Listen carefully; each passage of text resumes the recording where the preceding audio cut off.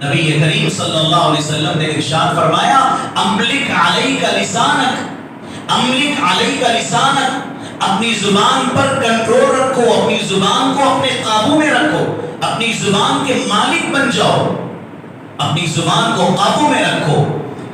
اسی لیے ہم جب بھی بات کریں سوچ سمجھ کر بات کریں۔ اللہ والوں نے، علماء نے ایک بہترین بات یہ بتائی ہے کہ کبھی بھی خوشی میں کسی سے وعدہ مت کرو اپنی زبان سے، اور کبھی بھی غصے میں فیصلہ مت کرو۔ یہ دو چیزوں پر تمہیں کنٹرول ہونا چاہیے۔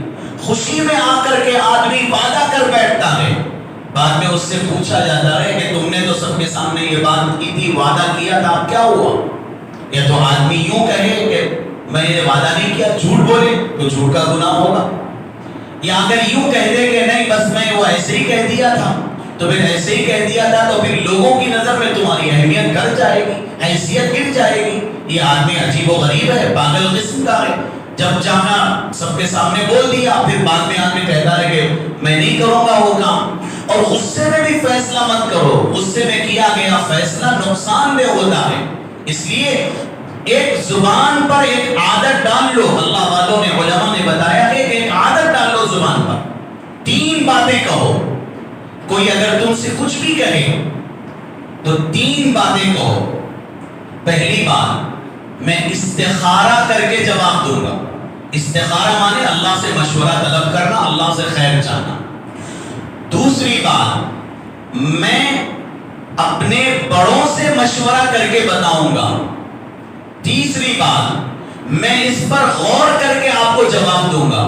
یہ 3 جواب دو، فوری کسی کو بات مت دو۔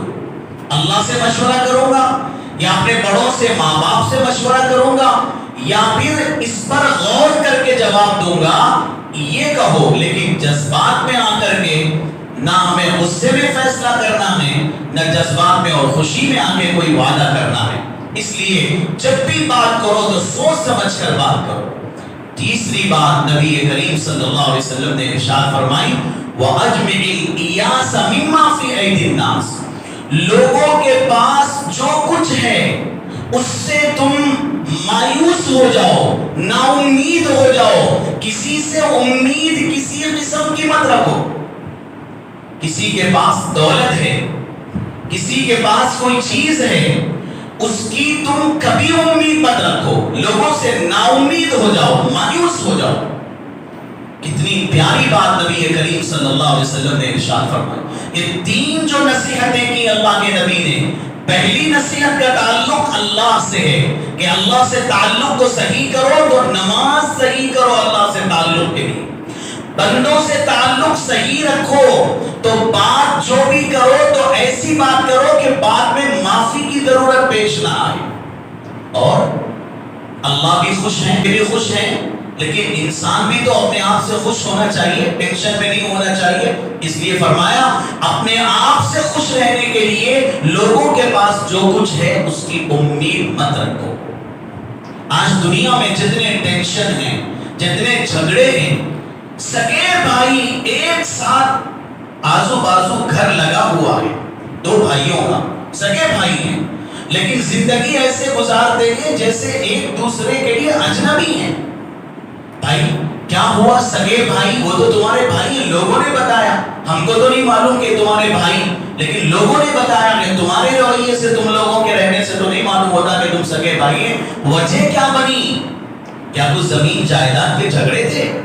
کیا کوئی ایسی کوئی بات پیش آ گئی کہ جس سے اتنا بڑا اختلاف ہو گیا کہ دونوں ایک دوسرے کے اجنبی بن گئے؟ تو نتیجہ یہ ملتا ہے آخری میں کہ ہمارا نہ زمینوں کا جھگڑا ہے، نہ جائیدادوں کا جھگڑا ہے، نہ کوئی اور جھگڑا ہوا، بس ہمارے بھائی کو ان کے سسرال کی طرف سے کچھ ملا، پیسے ملے، کچھ زمین ملی، کچھ ہوا ان کے ساتھ اچھا، اور ہم لوگ یہ امید میں تھے کہ ہمارے بھائی ہم کو کچھ دیں گے، ہمارے بچوں کو کچھ دیں گے، ہماری مدد کریں گے، لیکن میرے بھائی نے نہ میری بچوں کی پڑھائی میں مدد کی، نہ زمین میں سے کچھ دیا ہمیں، نہ ہم کو کچھ پیسے دیے، کچھ خیال ہی نہیں کیا ہمارے بھائی نے۔ اس لیے جب سے ہم لوگوں کے درمیان میں دنیا پیدا ہو گئی، یہ حدیث پر عمل نہ کرنے کی وجہ سے، آج ہم لوگ ایک دوسرے سے ملے ہوئے ہیں تو ایک دوسرے سے مفاد پر ملے ہوئے ہیں، مطلب کی وجہ سے ملے ہوئے ہیں۔ اگر مطلب پورا نہ ہوا تو پھر دشمنی پیدا ہو گئی، دوریاں پیدا ہو گئی۔ مطلب اور مفاد کے لیے کسی سے ملنا نہیں ہے۔ یہاں تک فرمایا گیا کہ اپنی اولاد پر خرچ کرنا یہ ہمارا حق ہے، اپنی بیوی پر خرچ کرنا یہ ہمارا حق ہے، تو ہمارا حق ادا کر کے بھی ہمیں اپنی اولاد سے، اپنے بیوی سے یہ امید نہیں رکھنا کہ میرے بچے مجھے دیکھیں کہ میری بیوی میرا خیال کرے۔ یہ سوچنا ہے کہ میں حق ادا کر رہا ہوں، اللہ کو خوش کرنے کے لیے میں یہ حق ادا کر رہا ہوں، چاہے اس کا صلہ میری اولاد، باہر کے لوگ تو دور کی بات، باہر کے لوگ دوست احباب تو بہت دور کی بات، خود گھر میں میری اولاد، میری بیوی جس پر میں سب کچھ خرچ کر رہا ہوں، کمانا دمانا سب میرا، میری اولاد کے لیے، میری بیوی کے لیے ہے، میں ان پر خرچ کر رہا ہوں، تو اس خرچ کا ثواب بھی میں اللہ سے حاصل کروں گا، مجھے ان سے بھی کوئی امید نہیں رکھنا۔